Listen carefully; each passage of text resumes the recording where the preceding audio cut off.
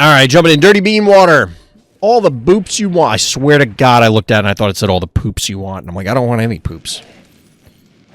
I don't. I don't want the poops. I promise you. Poops are not desired.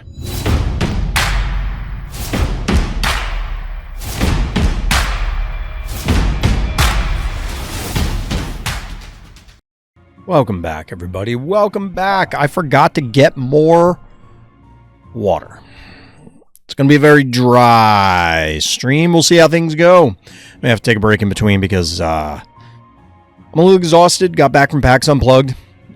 Literally finished up yesterday. 3 days of gaming. Definitely a lot of fun. I do enjoy this convention. It's local to me, so makes it real easy. Found some really cool games. It is a tabletop-focused convention as compared to the other PAX events like PAX Prime, PAX East, PAX Southwest, whatever.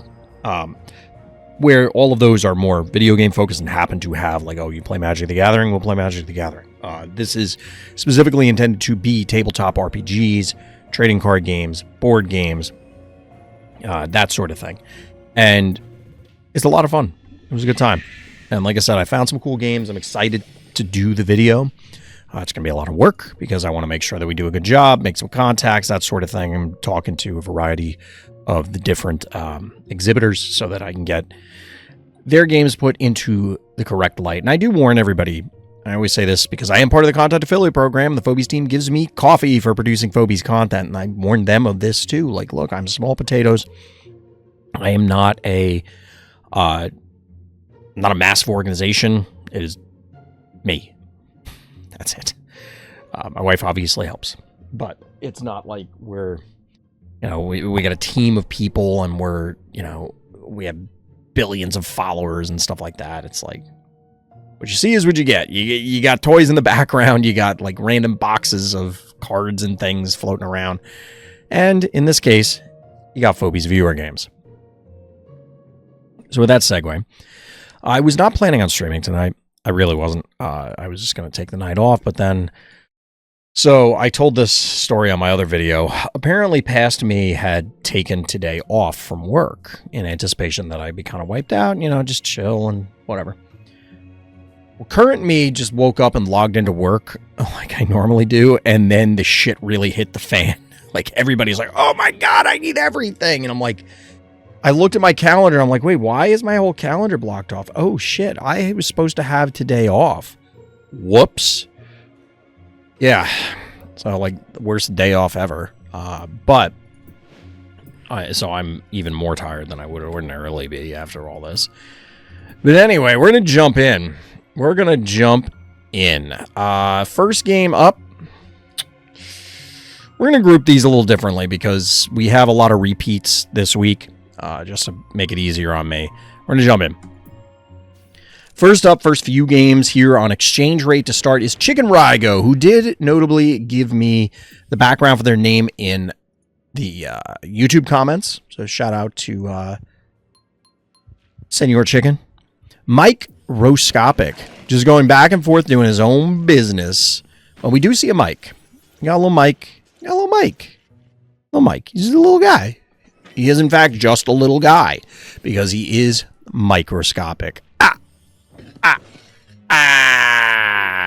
Got him. Do you get it, chat? Do you get it?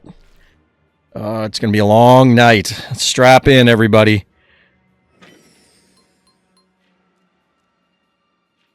I got to go through my to-do list. I have so much to do besides... we got dueling microscopic. So this was mentioned. I forget who told me.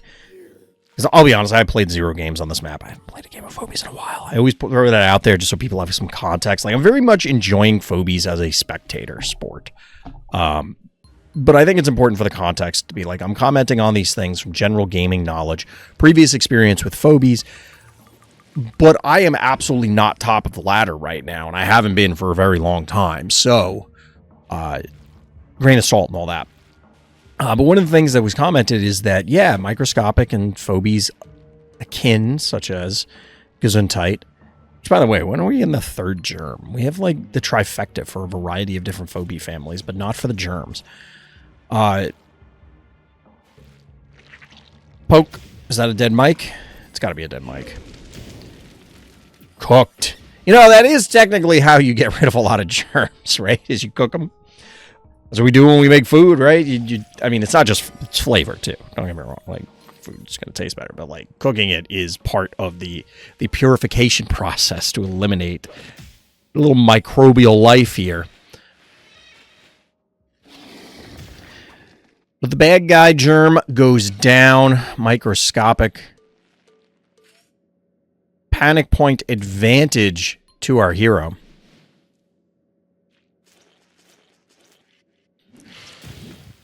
This feels like this should be a much quicker game than it's going to be. Like, there's 24 turns in this game, and it really feels like our hero is in a fairly dominating position. Now, bad guy does have a turret. They do have a sentinel. To try to, like, slowly push this offense away.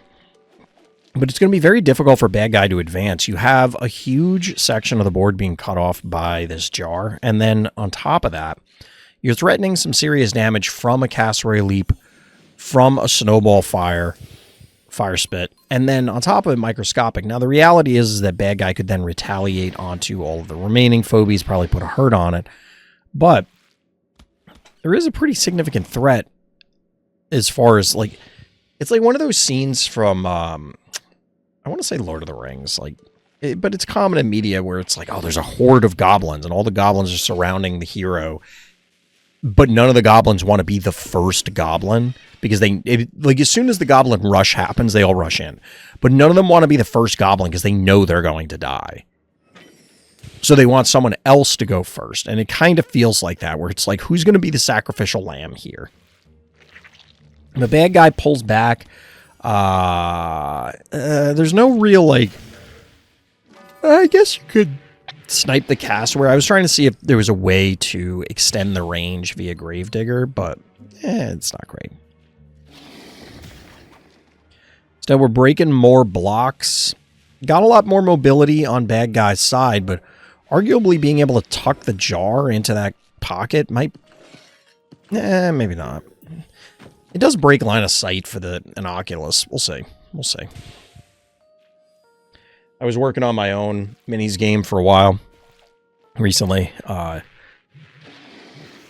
still want to complete that because I do think there's an idea there. Ooh, Dead Sentinel?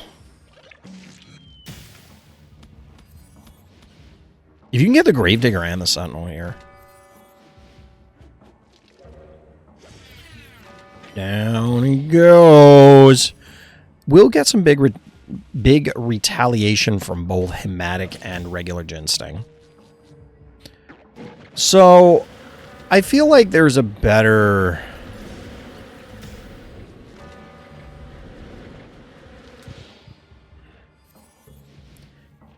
I think there had to be a better setup there from bad guy. I feel like something off the stim and then use the Ginsting to, like, challenge play forward or something.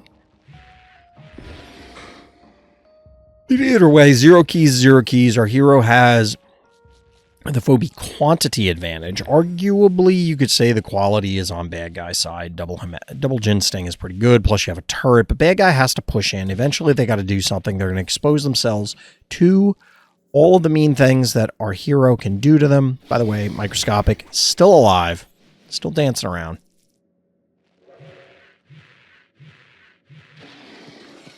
Run, run, fast as you can. Can't catch me. I'm fucking microscopic.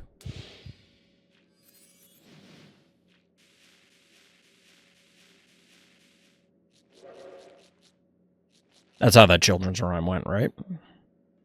That's how I remember it.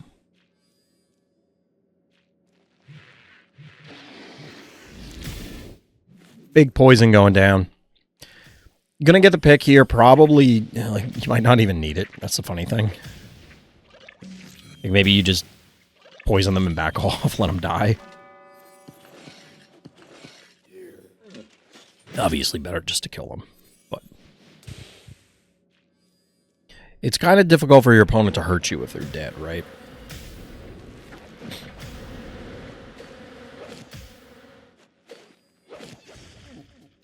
Bad guy getting some kills. Honestly, and this is something that we touch upon periodically. It's not every week anymore, but for a while it was. Like, look. I think this game was over when Bad Guy hung there on microscopic. And then just, it was a very slow building snowball. But it was a snowball. Eventually, it did cause an avalanche. GG. Alright, so. Game 1 in the books. Second one also from chickenraigo. Quicker game, this time on Moai. Who could have seen that coming? What is this guy doing? My guess is dying. If I had to venture a guess, if you had to put me on the spot, if I had to wager on what Bad Guy is doing, my guess is getting dead. We gonna learn. Chad, I'm debating driving 5 hours, 600 miles, and spending the night to play in a tournament in a couple weeks or a few weeks. I really don't want to. I might have to talk to people and see if like somebody wants to split the hotel or something. Split the driving. I do not want to do this, but I kind of feel obligated and it's frustrating me. Like, it's always a good sign when your opponent puts Stairmaster on the board. We talked about this before.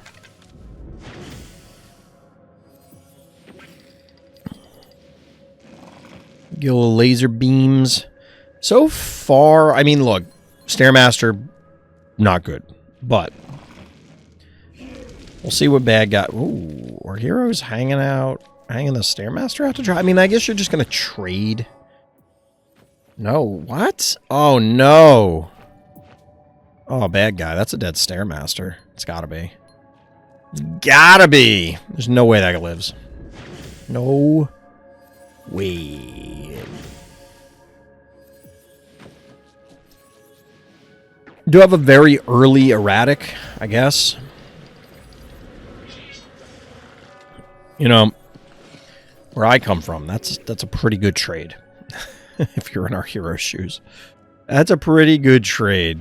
That's a tough one there, Bad Guy. That was what, -5 keys?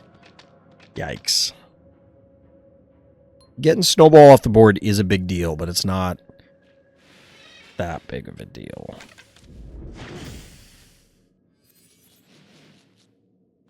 Oh no.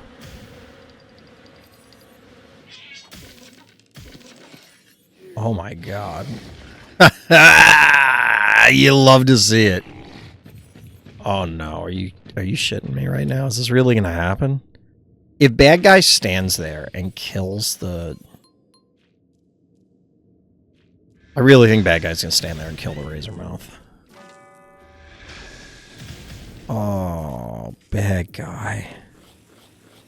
Oh my god, not like... Wait, can you? Wait, does this work? No, you can't. I don't think you can do that. I was going to say, like, can you fly a droney over there and get a double kill with the goon and the erratic, but I don't think you can. Boop. Instead, we just get the easy kill on the erratic. This is one where, look, we've all had bad games. We've all had bad games where we just make some really boneheaded decisions. We do some strange things. And I think Bad Guy may be in that particular position right this moment. Right at this particular time in the history of the universe.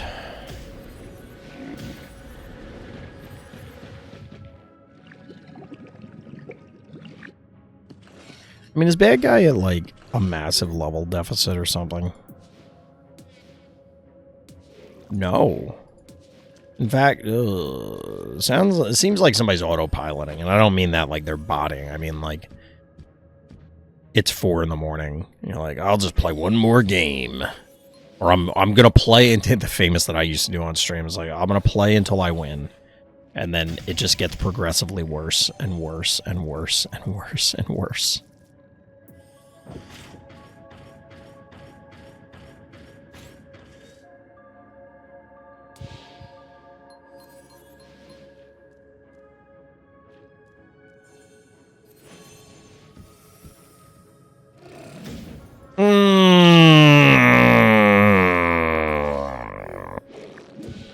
Yeah, I don't. I only got sound effects left. I don't even have comments. I'm not gonna lie. I got nothing. Oof. Size large.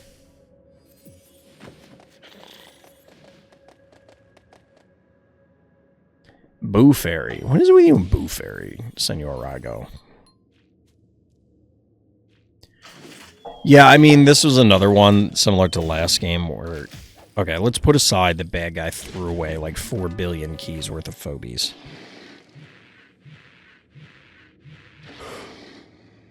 Sure.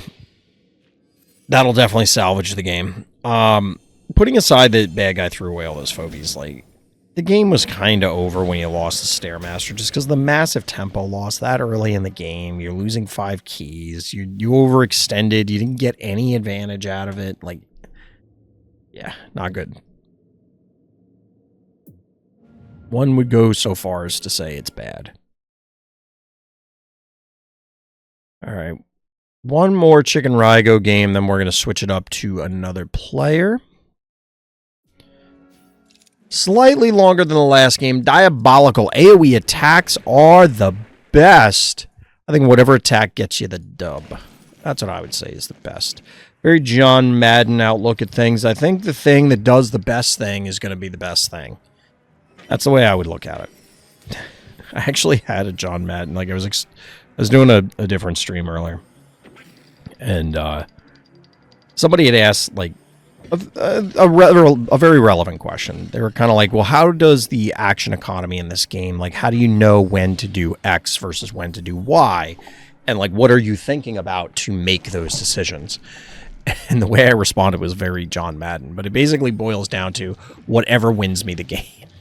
Because what I've found in, and this can be applicable to Phobies too, is it's very easy to tunnel vision on, like, I mean, part of it is the fun. You know, I'm doing a thing that I think is cool. I want to use this phobia. I want to set up this interaction. I want to do this, whatever. But when you tunnel vision on things, it will cost you games because the goal of the game is to win the game, right? So if you aren't playing with that in mind, as in you are trying to advance your board state at all times in order to promote your best chance to win, whether that could be killing your opponent's phobies, it could be cutting and going for the heart, it could be pulling back and playing for board position, it could be, you know, different choice, like phobie choices or whatever. When you focus on, oh, I have to kill their guys, or you focus on, oh, I need to control this panic point, you lose sight of the fact, for example, that you could heart rush them. It's going to end up losing you games. And the best players in the game recognize that there are multiple ways to win the game. And at any point, if you use any of those, you win the game. And I know it sounds ridiculous, right? Like, that sounds fucking stupid. Well, you know, if you win the game, you actually win the game. Well, you don't say. But that, for lack of a better way to put it, like that killer instinct of like, ooh, hold up. Got a little preacher action? Sick. All right, let's see. All the crows. Well, if you aren't looking for the win, like you're winning battles instead of winning the war, is another way to look at it. You know, oh, I'm killing these phobies. Well, yeah, but did that cost you board position? Did it cost you tempo? Did it ultimately cost you more keys because you didn't trade effectively? There's a lot of things to consider, and that's what's beautiful about Phobies, is that there's all these moving parts. We're about to learn whether Preacher is a component. Ooh. I don't remember seeing that part of the animation. There are some four-eyed monster under the skull. Like, look at that. Oh, no, 5. I think it's 5. Dude, what is Preacher? You can kind of see the tentacle. Like, if you look... Hold on, let me pause this. If you look here... The arrow's pointing. The arrow's in a bad spot. All right, so we're going to... If you look there, you can kind of see this tentacle, like right here, kind of wrapped around the base of the pole. So there's something, like, there it is. What is that monster? That's so cool. I never saw that in the preview. That's actually really cool. I wonder if we get it, like, if you slow down the getting hit animation, I wonder if there's a better view of it.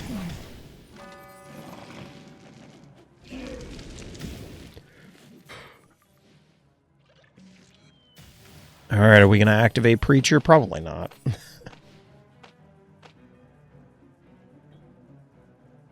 I know Preacher's bad guys, Phobie, but it's still cool to see. This is just, I was good. Like, I wanted to try and keep it. Oh, well, there's a chance, but, like, what exactly does bad guy do here? This is a great invade by our hero. There's a lot of backup. There's a lot of pressure, and you want to activate the Preacher, or you lose an action. You have, like, 2 relevant Phobies right now because Gravedigger is out of position. Nobody gives a damn about Razormouth. We got a Hercules coming in. Oh, we are activating. Dude, I never noticed the, like, floral face, or I don't think I did. It's blowing my mind right now. I'm getting, like, weird holiday Christmas smells right now, Chad. I wonder if my wife is, like... She's a big holiday person, so I wonder if she put something out. Or she has, like, her holiday festive tea or something. I hate tea. I drink it because, like, she told me it's less caffeine than my coffee, but I'm pretty sure there's more caffeine in her tea than my coffee. It just makes me feel sick to my stomach. Like, not in, you know, like, everybody makes the joke that coffee is poop juice. But, like, because it gives you fucking diarrhea. But, like, I'm telling you, I feel nauseous. Like, I actually feel ill when I drink tea. 5 keys to 5 keys. Sabian for reasons. Bad guy did kind of repel this, but I'm going to pick off this snowball. Actually losing a panic point here with the reposition by Charon.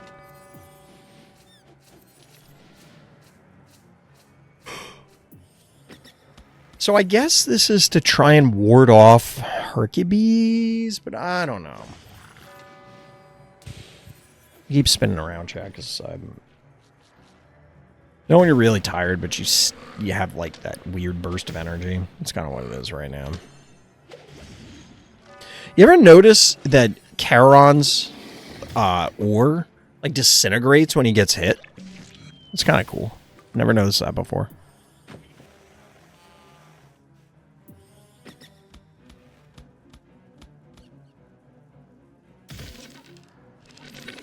So here's an interesting implication.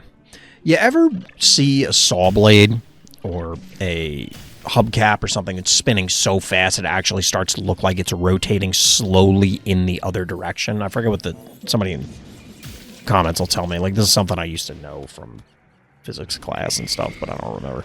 Nice leap with the cassowary to get the kill there. If you watch Sabian, right? It's hovering. Presumably, that is due not to, like, anti-gravity technology, but due to the rotation, kind of like a helicopter, which I don't know if that particular configuration for a helicopter would actually work, but let's assume for the moment that it does. How fast are those blades spinning for them to look like they are going slow like that? You know what I mean? Like, is it spinning so fast that it like I was describing, it actually looks like it's going slowly in the other direction?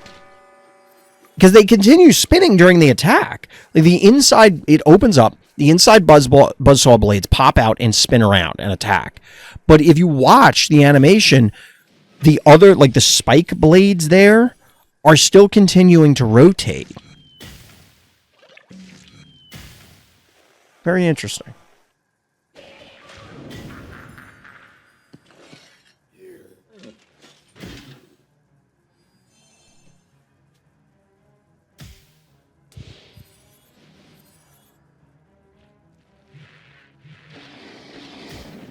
Our hero slowly dropping the elbows onto bad guy.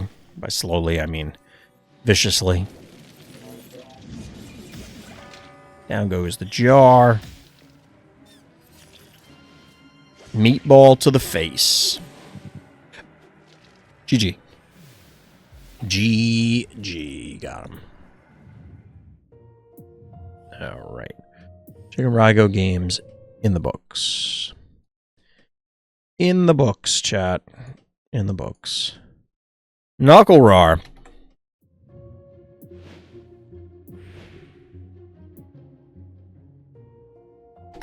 So this one's going to start a debate. This one's going to start a debate.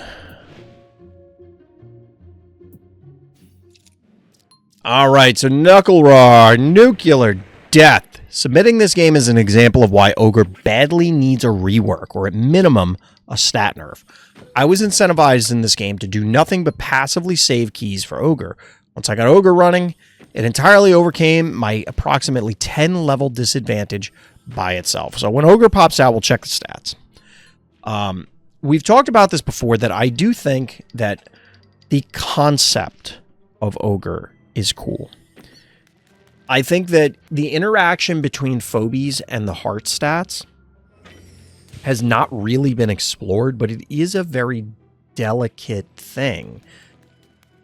Because you are punishing your opponent for trying to win the game, right? Like, you could argue, given that Phobies has multiple win conditions, you could have panic point control, you could have direct heart attacks, which kind of ties to panic point control, or the totally other track of kill all their guys.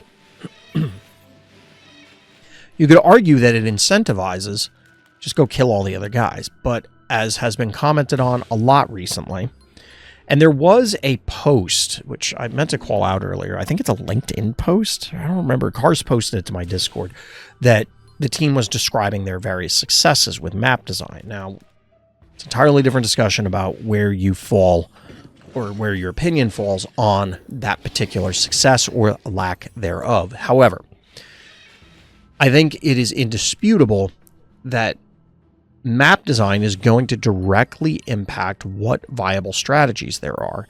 And unfortunately, you do need to consider the fact that any phobia can be played on any map. And the reason that's unfortunate is that on a map where you are directly engaging phobies and the primary win condition realistically is fight their guys,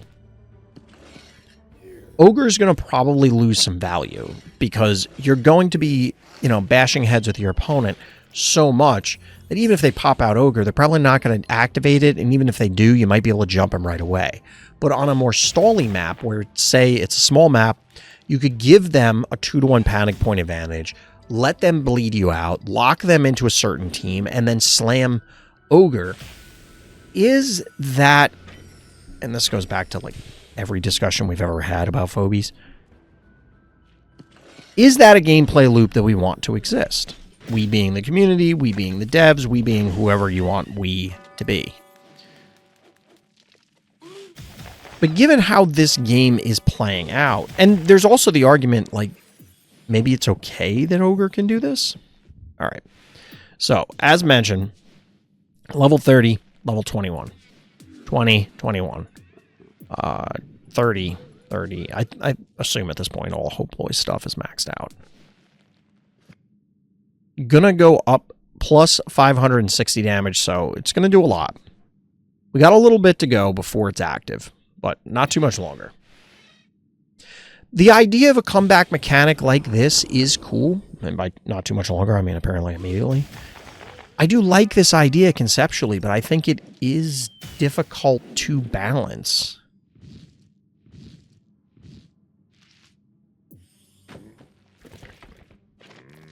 There's also, and I will put this out here, no singular game can be, it can be an example, but it can't be the only thing. Ooh, little heebie-jeebie special for the yoink. And that's a dead Ray Chargel. This was actually a really good play. We've watched a lot of Hope Loy games, or Hope Loy is a bad guy, because people are excited when they beat somebody who's that over-leveled them. I will say And we say this basically every time.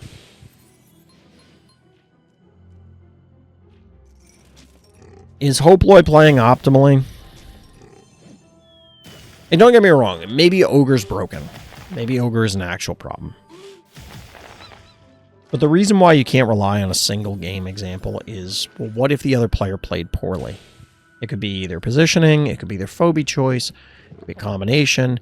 It could be that Hoploy just doesn't care because it is way faster for them to just bully people with numbers than anything else. Like, let's be real. There's a fucking unbearable on the board right now. There's Mummy. Admittedly, there are reasons to have these phobies. You have Burrow. You have a Lob. But when you out-level people in the way that Hoploy does, it is completely reasonable to just go, I have better numbers than you. I may not win 100% of my games, but I can play like a billion games faster by just sheer weight of numbers. Like just putting any random phobie out there, it almost doesn't matter, because you as the other player have to jump through so many hoops to not get annihilated.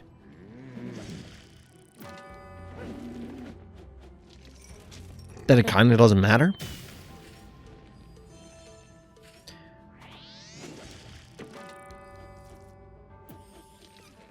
I mean, at the end of the day, this still is an Ogre that's doing 1,200 damage. It's a lot of damage. I don't know if it really bothers me that you can have this sort of win condition in terms of I'll just die slowly enough to activate Ogre and let Ogre solo your team. There are so many phobies that can isolate and deactivate a singular phobie, like any freeze phobie, for example. Admittedly, it is a ranged phobie, but because of the obstacles, if you can pin it in place, that's another option.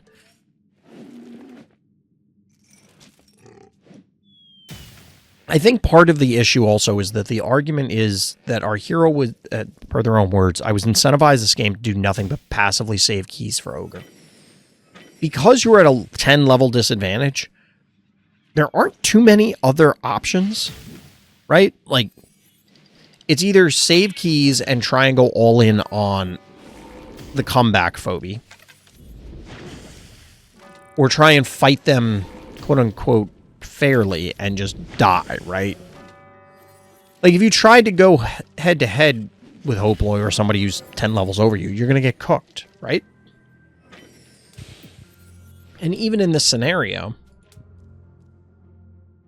1,225 health on heart, it could be one of those situations, like I've said in the past, where you're just never, as Hoploy, you're never going to actually win it, even though it kind of looks close. But you were never going to get that extra turn you needed, or that, you know, the extra attack you needed, or whatever.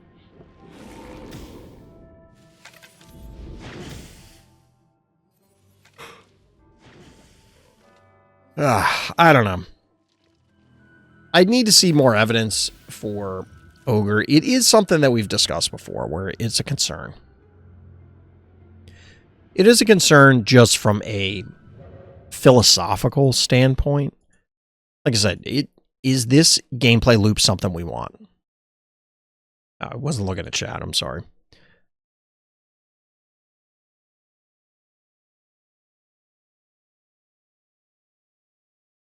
It's called the stroboscopic effect, and we actually don't know why it happens. We know why it happens with some videos due to frame rate, but we haven't confirmed why it happens in person. It's possible the human eyes do have a fixed refresh rate, and we effectively see in frames, but we still haven't proven it. All right, hold on. I'm going to Google this real quick. PVZ, what's good? That was probably when I was talking about the thing with whatever the fuck that new phobie's called. Oh, with Sabian. It's a visual phenomenon caused by aliasing that occurs when continuous rotational or other cyclic motion is represented by a series of ... That's the short from Wikipedia. I didn't realize that it was unknown why that happens, but I mean, the implication when something is unknown like that, it's like, okay, we watch a helicopter blade spin, and it does it. We watch a hubcap spin, and it does it. We watch a buzzsaw blade spin, and it does it. It feels like if you're saying we don't know, and I know it's not Atona's personally defining these things, but like, if we're saying we don't know, that implies to me that we've had like, oh, well, if we rotate this bicycle wheel at X number of RPMs, it doesn't have the same effect as the buzzsaw blade spinning at a similar RPM. So I'm not sure.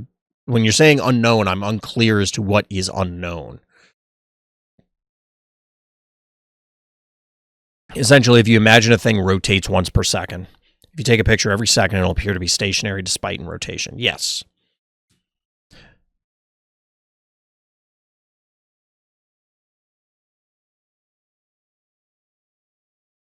I mean, that has been observed, and I don't know if that's part of this effect where, like, some things, I forget what it was.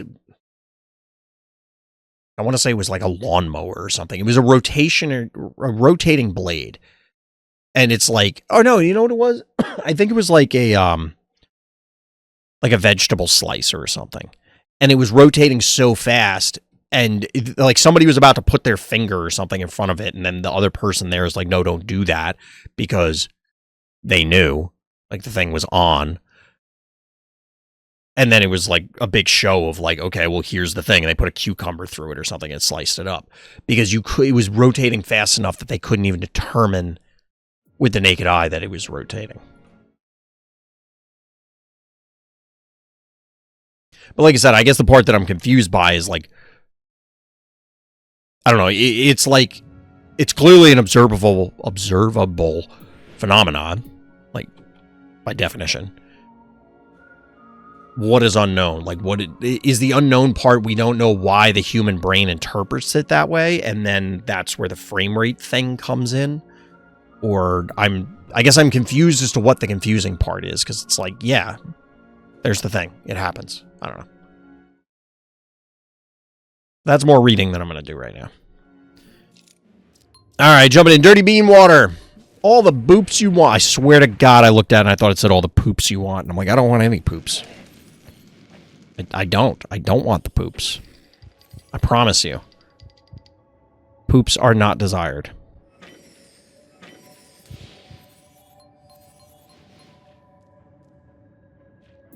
So all the boops. But to what extent this is how it works with the way our neurons connect to our brains, we're uncertain, okay? However, whatever the speed of the eye is would change how we see things in rotation. We know the frame rate impacts how we see rotation in film. We don't know how the eye itself is hard locked to a specific visionary refresh rate, since film can't go faster than it is.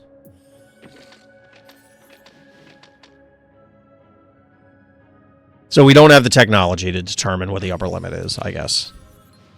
That feels like something that they could come up with a way to do it, but I guess not. Well, maybe digitally now, right?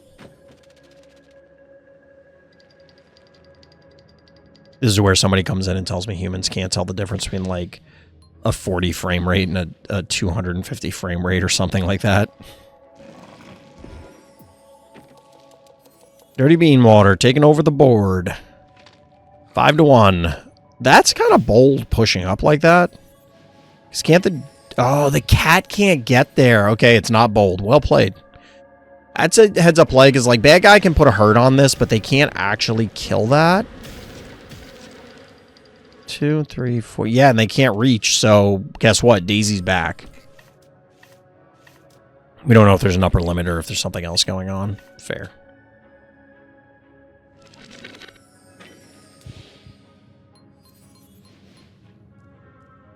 I like learning about these things. Or in my case, to be honest, a lot of the time it's relearning. It's like I heard these things or I learned about these things and I just don't remember them.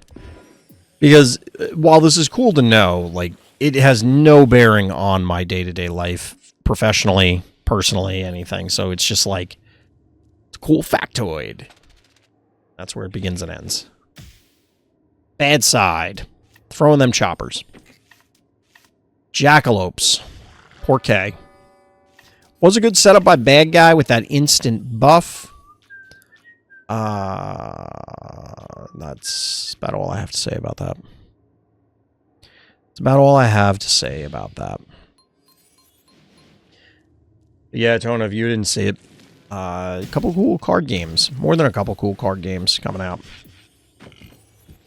Very exciting. Not digital ones, though. Physical ones. You take a 60 FPS film and play it at 90 FPS, you actually have to skip frames. That isn't how real life works, or it could be, and we don't even know. We don't know. We don't know how fast the human eye sees. We do know that the eye is both unreliable and the brain is slow, though, which could also impact it. Is it that the eye is unreliable, or is it that... I mean, I guess optical illusions prove that the eye is unreliable. But is it the eye, or is it the interpretation of the signals from the eye to the brain? You know what I mean? Like, maybe I'm... It's a difference without distinction.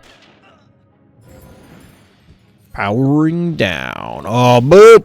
That's actually going to be super obnoxious for Bad Side getting powered down like that. That's funny.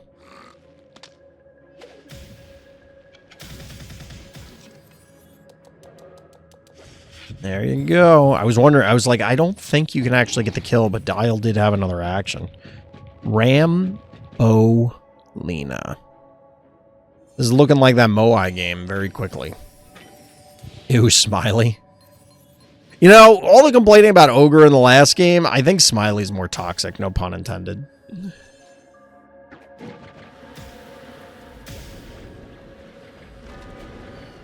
Like, Smiley's such a...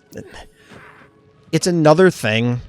We were talking about this in different contexts over the last week or so. Different conversations I've had about game designers love certain things where it's like, oh, well, this forces the player to do this, and then that causes this other scenario, and it's going to be so cool. And it's like, no, it's different, but that scenario still fucking sucks. Like, I don't want to do that. In this case, it's just, oh my god, dude, what? Bean water. Bananas.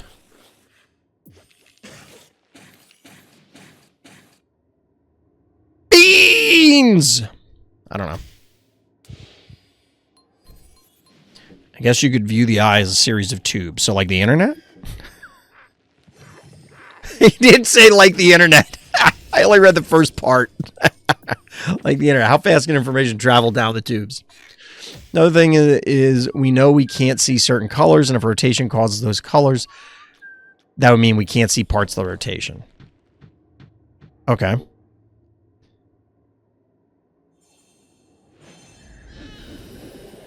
Smiley is more of this is awful to play and has literally no discernible use on first view.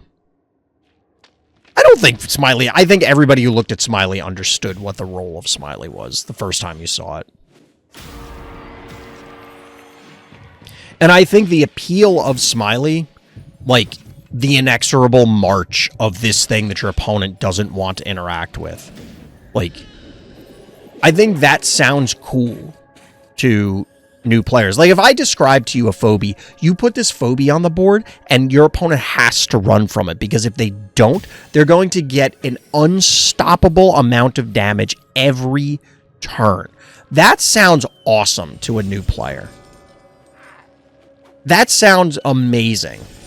The problem is the execution. I think that the concept is also problematic, but the issue is the execution where, like, what you have to do to dance around Smiley is just not that engaging. It's like, oh, do I have mechs? All right, the mechs attack it. I don't have mechs? All right, I got to rearrange my whole goddamn team. It just feels like, you know what playing against Smiley feels like? It feels like busy work. It feels like you're just doing things to push numbers around a spreadsheet. It does not feel like you're doing anything cool, even though you can 100% describe everything Smiley does in terms that make the game sound exciting and engaging. It is the, I want interaction in my card games of Phobies. where everybody says they want interaction, everybody says that they want to do certain things or have games play out a certain way, and the reality is you don't. Because what you're asking for, it's not even necessarily monkey paw or, you know, evil genie type of thing where it's, I want this, and it's like, okay, well, you get this sort of interaction. It's like, okay, not like that. That's not, I don't think Smiley is there.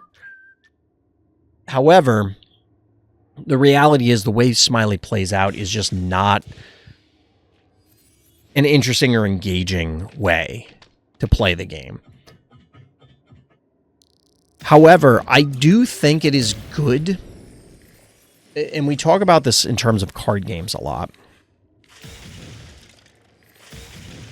When I've complained about, and other people in chat have complained about card games, and we're talking, say, digital card games here, just to constrain the discussion.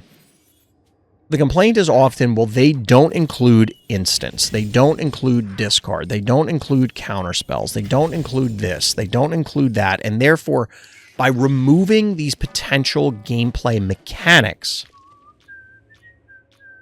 that means that you are cutting off certain lines of play. Like, you just cannot do land destruction in most modern card games because they don't want you screwing with your opponent's resources, because then they don't get to play the game, and the feels bad of being unable to play the game as the other player is worse than the feels good of being able to do the land destruction to begin with, right? I think that it is good that Phobies has things like Ogre, has things like Smiley, where it does, yes, it's obnoxious sometimes, but it is important to have these other questions being asked. It's like, I pose this threat, I pose this question, I have a Smiley. How are you going to stop me? And you have to then figure out a way to do it, because otherwise we're just reducing the viable gameplay loops. And I'm not saying that there can't be others. I'm not saying that the ones beyond that are not sufficient. Maybe they are.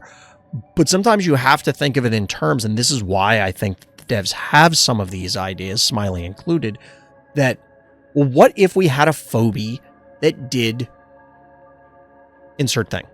What if we had a phobie that prevented insert thing, or caused insert thing, or whatever?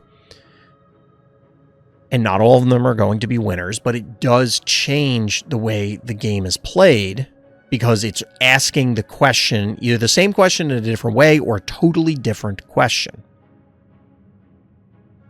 And it is very easy from the player position to go, I don't like that, and I don't think that that should be there. And sometimes that is correct.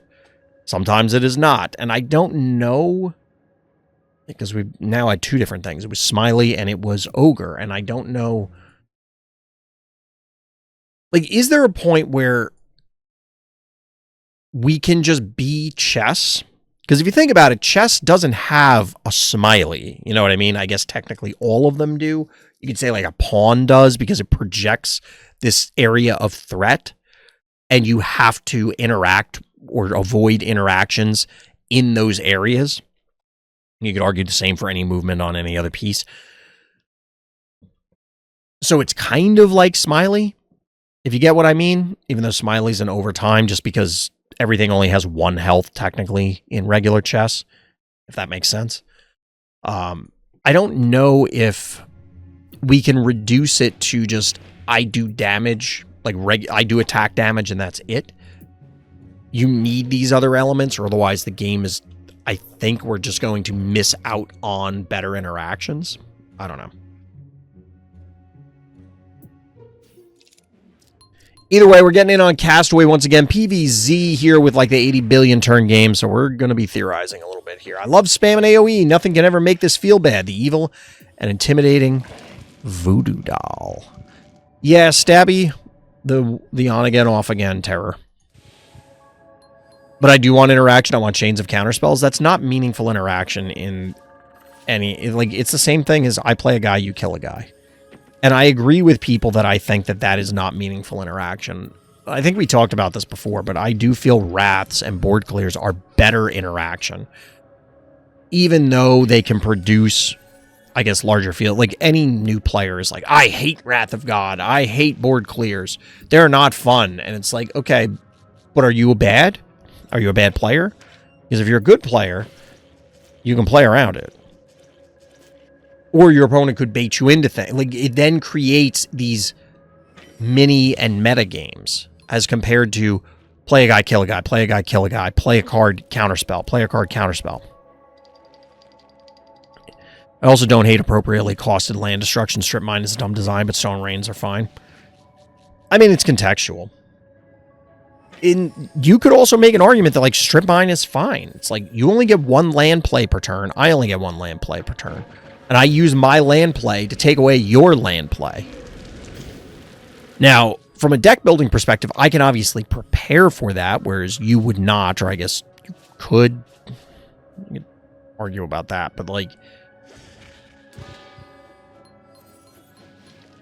it does prevent certain things. Like, you can't have as cool, like, lands that are cool, because then they're just going to get strip mined, but I don't know.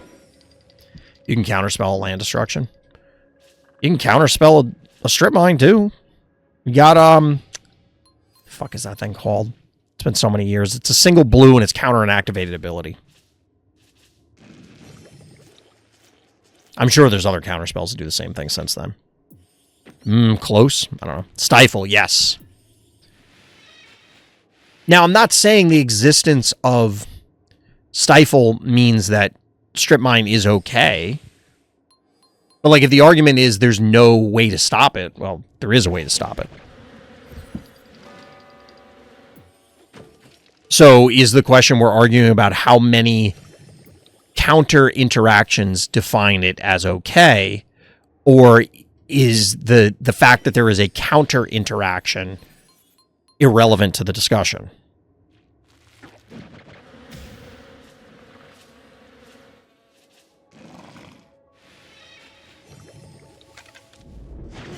See, like, I think that things like Mana Leak are fine. I think Force Spike is fine, although that, you know, a lot of people complain about that. Ones that you can play around are fine. But the issue is when it gets to a certain threshold, I understand why people get upset, because then there's no difference between Drago of the Mirage Tempest era and removal.deck of the modern Fire Design era, where it's like, I just have, 35 removal cards to your X number of creatures. I just kill every single thing you play until I play one guy and kill you.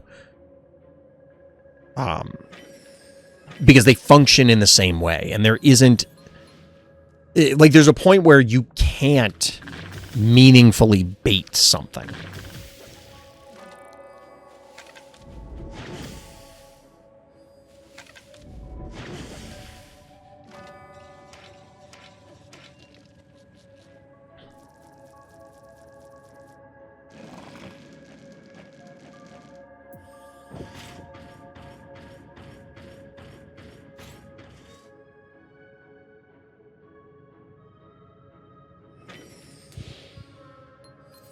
I wonder how much of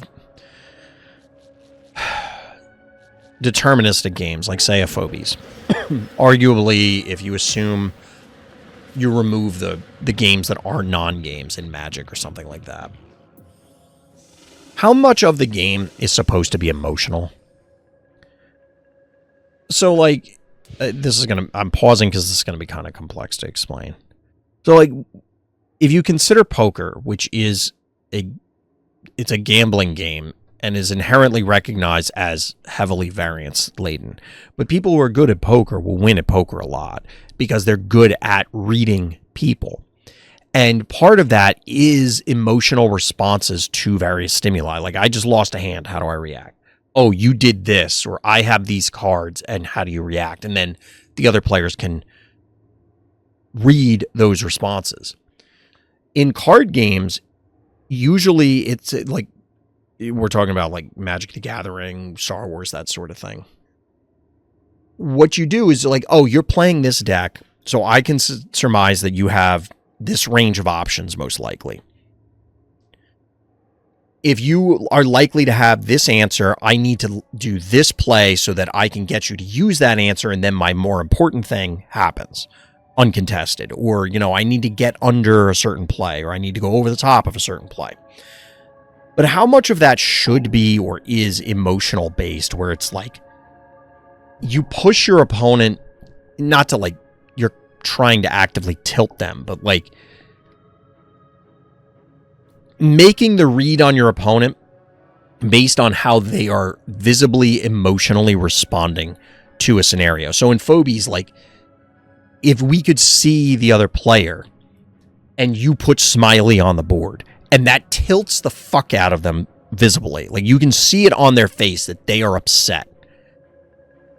And say you're playing a series, like a best 2 of 3 against them. Are you then slamming smiley every game and be like, you cannot emotionally handle this phobie, so I'm just going to drill it into the ground?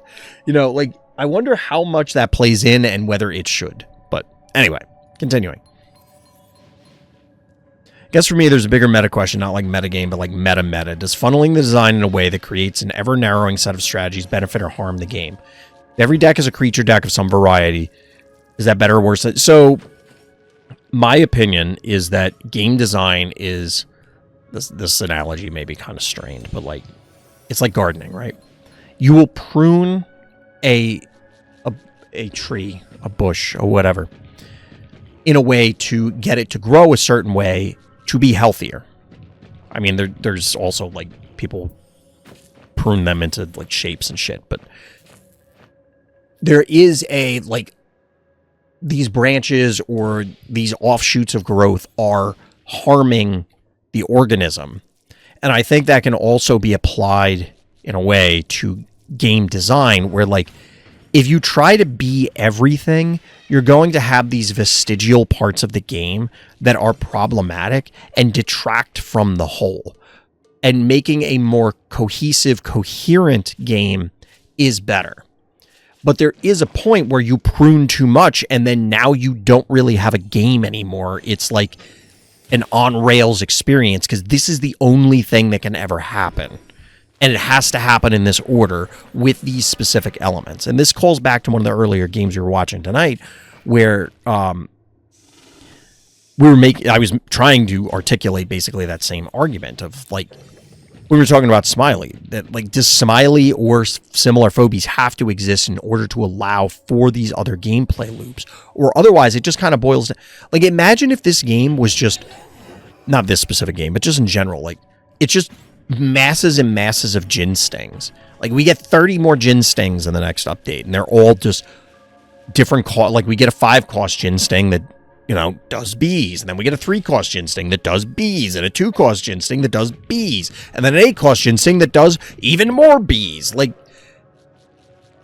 it might be the most efficient and most appropriate thing for people to do in their games, but that doesn't necessarily make it a fun or engaging game, especially when it's something like Phobies where you have the little monsters that are fun. Phobies, exactly. And I think that applies to card games and other things where you do have this balance, this tension between we want to have cool and new and different things, but when you go too far into left field, those things stop being fun or you end up with degenerate combos where it's just like the entire game now revolves around this other thing because it doesn't really mesh with the rest of the game. So there's a point where you get too many standard deviations away from your core gameplay experience, and then those things are the entire game. It like shifts the entire window. Here's the voodoo doll that stops me from doing anything for a while. I was surprised it was this voodoo doll, to be honest, but it does kind of make sense.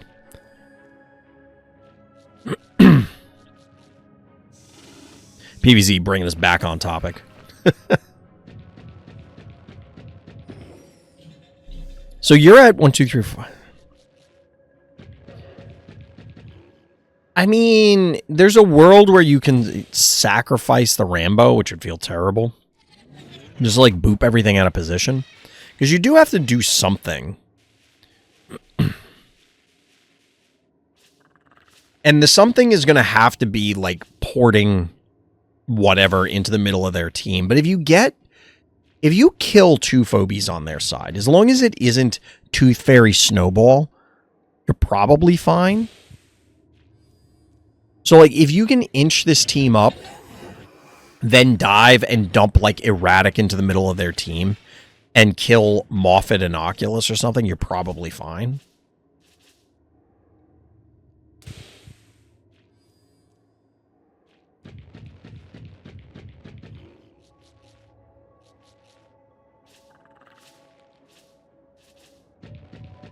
Oh, okay. I was going to say, like, why are you leaving that Rambolina there? That doesn't seem right.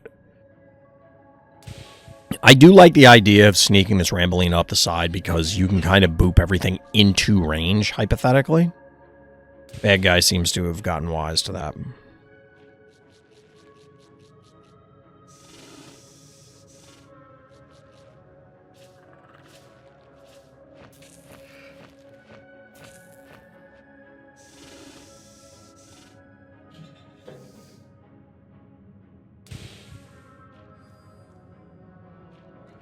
That's a long one, Atona. We'll come back to that. I did see it, but we'll... We're down to a mere 9 turns in this game. Bad guy's slowly getting bullied into the corner. This is exactly what you kind of need to do. Exactly what you kind of need to do. Exactly what you need to do. We'll be more definitive with the statement and stop hedging. You have time. You have not a lot of time, but you have a pretty decent amount of time thanks to the large map. So as long as you're cautious about walking this up,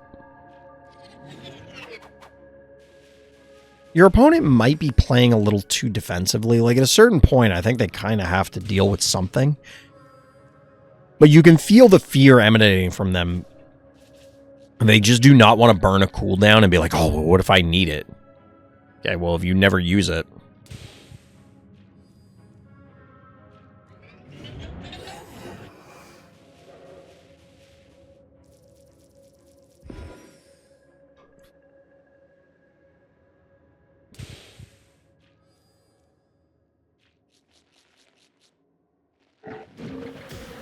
Drop the Erratic in.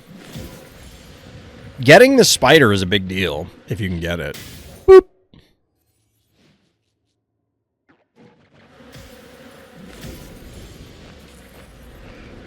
Yeah, the chain here is a problem, but the Rambo boop is great. Oh, all right, all right. I thought we were going to go for the Erratic hit. You probably still will. Probably still will.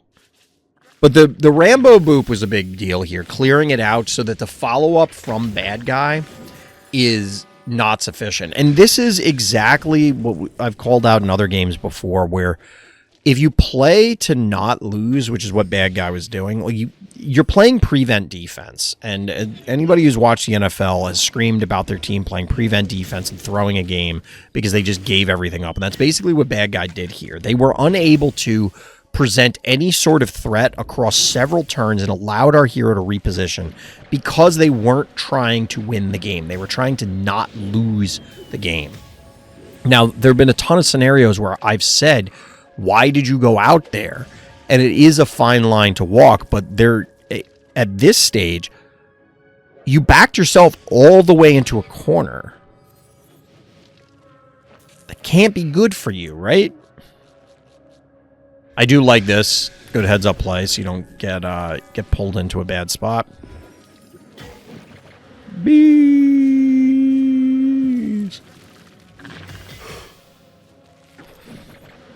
Down goes Hevo. Down goes bad guy's hopes. Maybe their dreams as well. I don't know.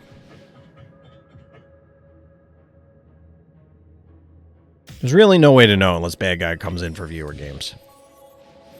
I wonder how many times somebody's turned on the stream or turned on one of the videos and just be like, hey, that's me! And then they were getting their ass beat or something. I wonder how many times that's happened. I don't feel like I've had anybody come into chat and say that they found it because they were bad guy one time.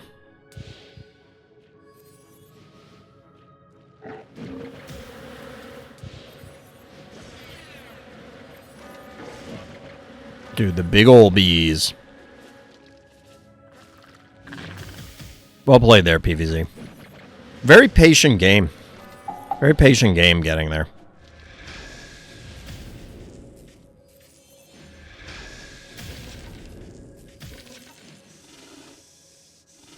Phantom with the final kill. GG. Very well done. Very well done. And those are all the viewer games. Right? Was it? Nah, we got 2 more. I was wrong. There's 2 more PvZ games. Never mind. My bad. I knew it ended with PvZ, but for some reason I thought we already did too. Alright, so before we get into it, I guess my thing is I never viewed any card type as more important, so I never had an issue with creatureless decks or degenerate combos. I mean, I don't think that's true. Degenerate combos is a different thing than arguing about card types. Maybe in the minority, but I think being able to do stuff that actually makes the game more robust as long as counterplay exists to some degree. I think everybody who says interaction, they want more interaction, means that.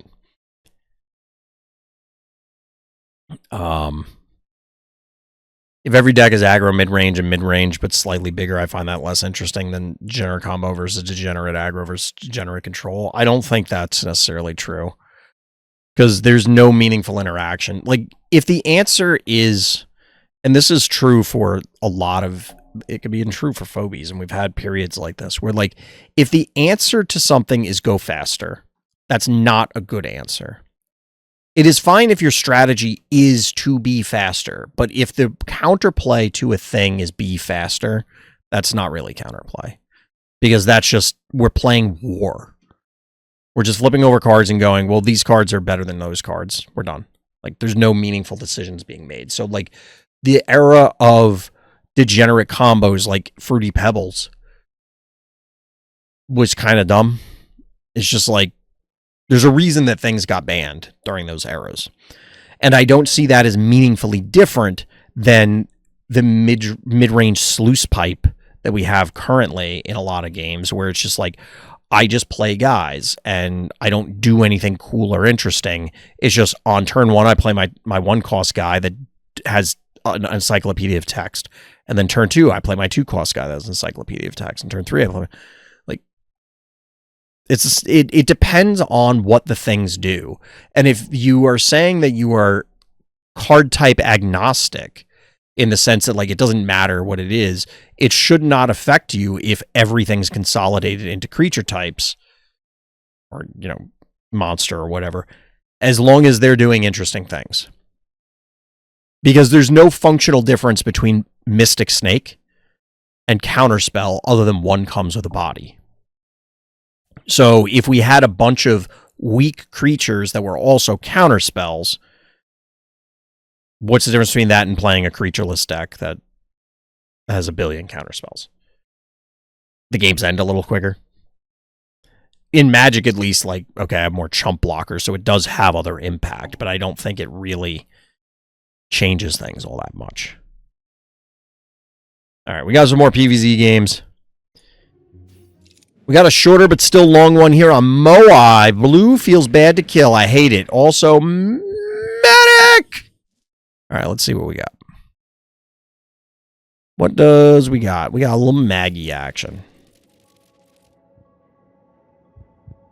Honestly, at this point, remember when everybody complained in Phobies, like, oh my god, they're reusing the Phobies, they're reusing the skins, they're just recoloring this. I kind of want, like, all the Phobies to have an entire family now. Like, I want 3 Maggies. I want 3 Creeps. We have a ton of Razormouth. I want 3 Tickles. I want 3 Contortios. Like, I think that would be kind of cool. I think it'd be fun. But specifically 3. Ginsting's already cheating here. They got too many. No, they only have 3, right? They only have 3. What's the one that has 4? There's one of them that has 4. Whatever one has 4, they got too many. They're hogging a slot. Blue! It does feel bad to kill blue.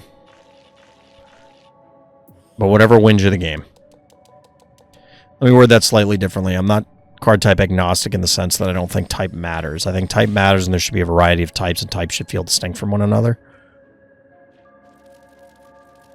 I don't really feel strongly about that at all. It bothers me because I think that card design gets... Hevo has 4. Yes, there you go. I think card design gets boring when you homogenize the types. So, like, everything becomes... Yeah, and Razormouth is another one that I don't like. Wait, do they only have 4s at 5? It's Razormouth, Electric Cat, Slayer, Bad Omen. Might only be 4. Who's going to be the first one to have 5? But I think card design and game design, like when you homogenize it, you strip away other stuff. And I think there is the dichotomy between you have a permanent card and you have a temporary card. So like a spell versus a creature, an enchantment versus a sorcery or something like that. And I think that homogenizing does remove those distinctions and therefore creates less interesting gameplay scenarios because you're now kind of locked into these things unless you tack on 9 other parts. But Magic at least has demonstrated they're more than willing to be like, okay, well, this creature is also a sorcery, so it's going to do this thing under these circumstances and this thing under those. Technically, they don't need anything but creatures anymore with the way they design it. A lot of other games don't behave that way. So when they say we're only doing creatures or emphasizing creatures, there's a lot more assumptions tied to that because they will function in certain ways. And then the game loses those other things. So for people, Phobies people, it would be like, what if we said no more AoE Phobies? We're just straight up never making them and we're getting rid of the existing ones. It removes certain types of scenarios because they don't exist anymore. Like, you can't do certain things. Or what if we got rid of all displacement effects? It's removing and excising this entire core part of the gameplay because insert reason. You know, like our focus test groups show that nobody likes it when they get their shit knocked into an abyss. And instead of the answer being, well, play better and don't get blown out by getting booped by Hevo 2.0, the response from the devs is we're going to remove every boop in the game.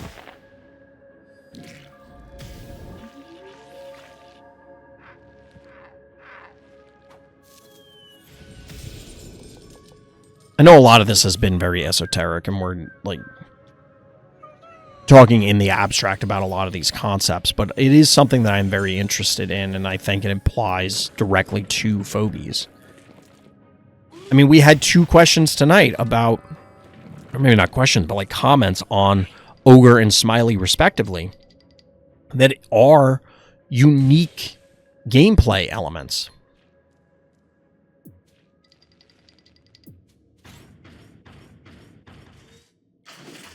They already have that now, Tona.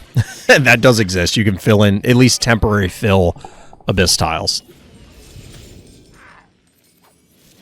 But the thing is that it is possible to play around the boops. I mean, again, map design withstanding, there are other factors, but you can... Like, it is possible to avoid... Oh my god, Hoovy, really, PvZ? Is this the second game that you've Hoovied?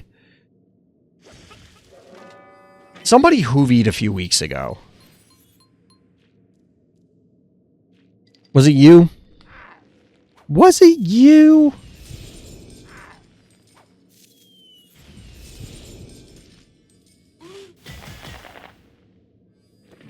I mean, the ideal for me, from a game perspective, is to not have counters. The counter should be modifying your gameplay. In an ideal world, you would not have...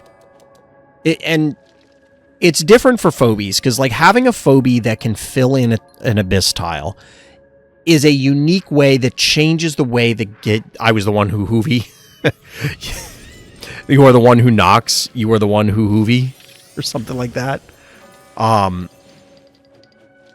Having access to a Phobie that removes or creates tiles and changes the game in that way changes different gameplay patterns, and I think is interesting. It's another one where, like, if that didn't exist, like before those came into the game, we now have new options for gameplay patterns. Comparing it to card games where, like, if that was the anti-card, I don't want anti-cards. That's why I don't like the relationship between electricals and mechanicals, where it's, and we've talked about this before, where if mechanicals are a problem to the point that you have to have electricals, the game kind of boils down to this binary relationship of how many mechs do I have, how many mechs do you have, and how many electricals can we fit on each side. And it's not the only thing that matters, but it forces a lot of things to revolve around that relationship. Whereas, if your opponent puts a displacement phobia on the board, what is the solution? Well, you could play Raucous and Boomer because they can't be displaced. Or you can modify your gameplay, which is something that I like. Compared to a card game, that's the difference between targeted removal, and now I have to play a hexproof creature, and playing sweepers, in which case I can change my gameplay pattern. I can present enough threats that you have to justifiably answer the threats with the sweeper, but I can hold some back so that then that way I can refill and punish you for having wasted a turn playing said sweeper. That is a better and more ideal situation in my mind, or maybe the ideal situation in my mind, compared to I have a guy that cannot be killed. Because that actually comes up in Star Wars a lot. And I think for Phobies, it's the same sort of thing where, do we want, like, okay, we want something to, like, we want people to be able to counterplay displacement. We don't need more boomers. We don't need more Raucous. You shouldn't be able to build an entire, and you can't, but, like, you shouldn't be able to build an entire freaking team of these guys. But you should be able to learn the skills to counteract a given play line. Dude, what is happening here? You have 0 keys left. How in this shit do you win this?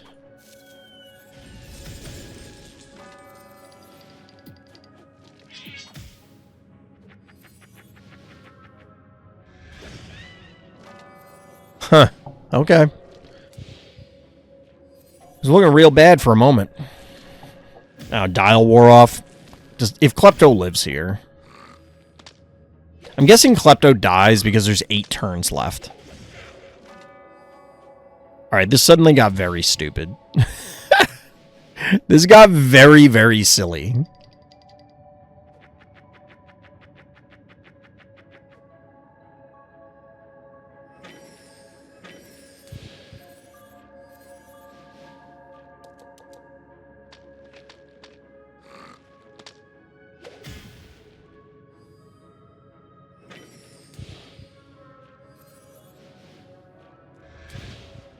So you had Hoovy and Metabot.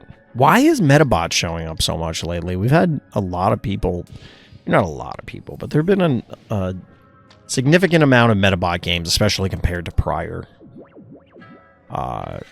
instances. Panic point advantage still on our hero's side.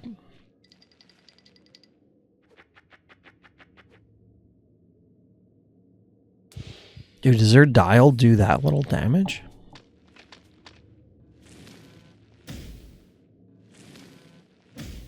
You gotta be kidding me. They couldn't kill the dial? That is wild.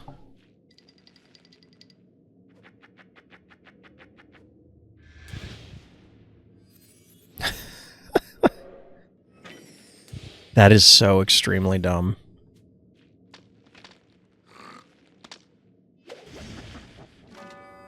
Wait, are you not dead? You lived?! No way! By the skin of their teeth! Holy shit! PvZ. Man. That's actually hilarious. How does your razor mouth survive 3? Is that normal? I didn't check the levels. Like, is that actually how that goes, that relationship? There's no way you normally survive 3.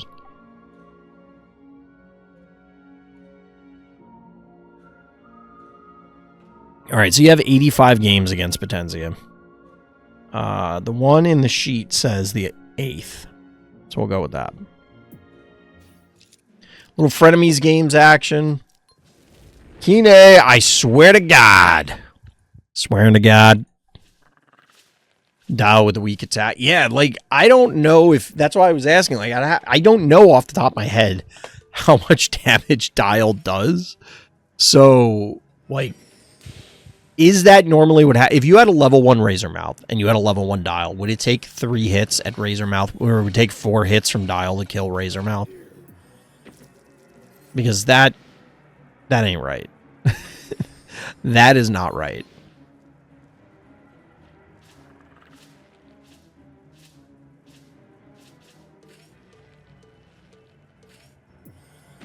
Normally doesn't survive 3, Dial has 210 attack. That sounds accurate. That I can believe.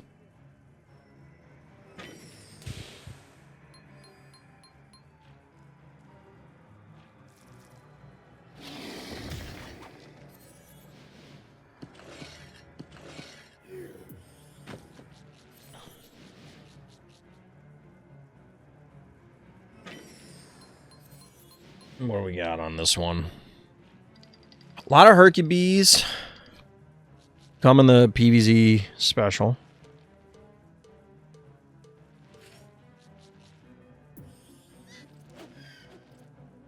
Smiley. I mean, that is a counter to Hercules, I guess. Very difficult. Razor has 600 HP. That I knew. That I was aware of. And I will say one thing. This is off topic again. I will say that I like the Riftbound card stock way better than a lot of things. It actually is thick enough that it feels like a credit card. It's that thick.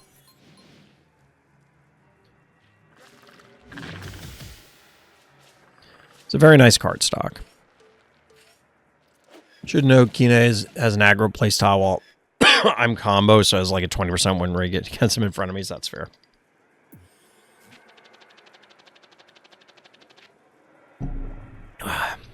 You know what I forgot to mention at the top, chat?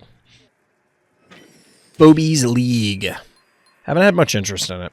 People just don't seem to be interested in playing the old Phobies League. Hate Cupcake because hates Heart because of me. Fair. And yet, I haven't seen a Cupcake yet. And for an aggressive player...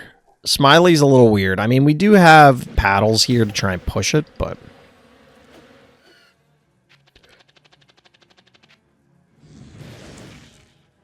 Not going to really impact a Frosty. Pretty good answer to the old Smiley.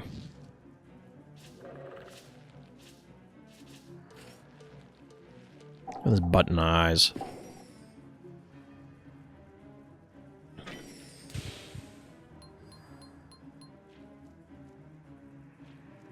Oh, the way when he, like, swings his ribs.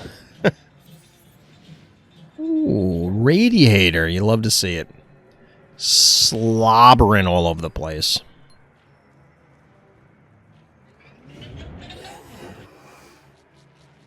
I'm powering up.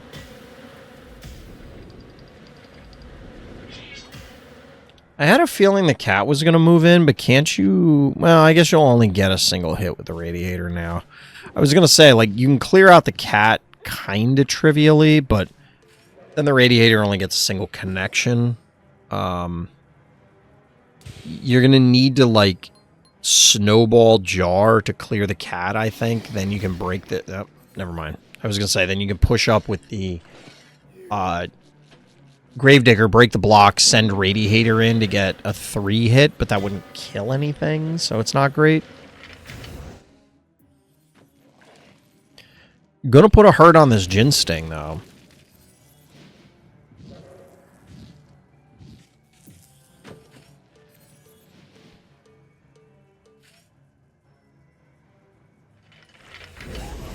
Boom.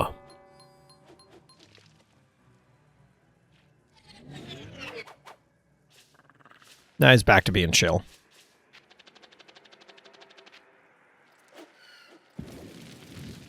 Everything about Radiator is cool. Like, I love all his animations. There are some phobies, like, we've talked about it for a long time. There are some phobies that... Really, all the Phobies animations and sounds and designs are great, but there are some that are definitely better than others, and Radiator is definitely top tier. Irk ability one-shots Razor Mouth at level 1. What does it do, 700? I mean, here's the thing, like...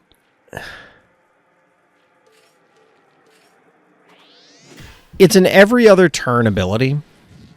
Ooh, we get the freeze! It's a 7-key that's an every other turn, or whatever the cooldown is. Like, it's not an every turn ability. Is it unfair that it can do that?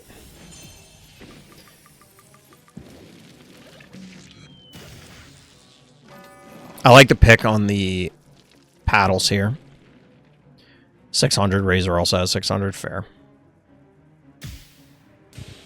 I don't know. It seems like that's okay.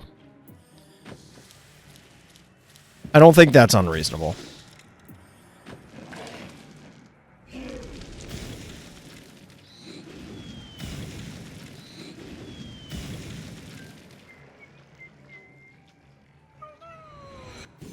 You think at the Phobies DMV, they have lava tiles that you have to stand on waiting in line?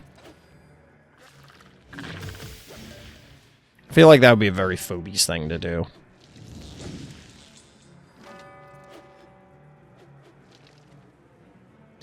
I actually yelled at Kine for this in Discord because he ran 2 non-attacking Phobies, Cupcake and Smiley, while I froze most of his team. Well, you froze 2 guys. Unless you mean later on you get more for... Well, no, you got the... I mean, that is still a pretty big tempo loss in general. I don't really get the Smiley.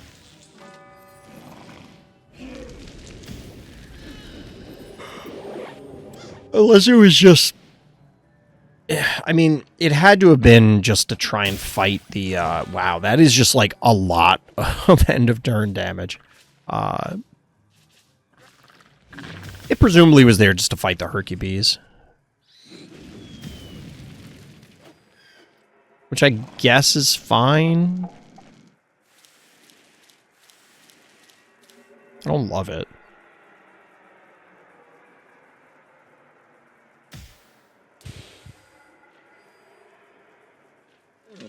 Ugh.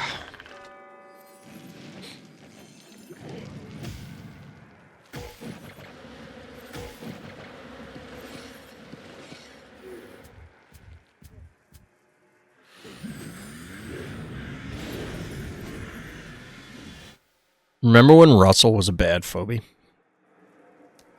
Pepperidge Farm remembers. And I remember telling everybody, be careful what you wish for. Because you probably don't want Russell to be a good phobie. Also, it's hilarious that it's 4-1 right now.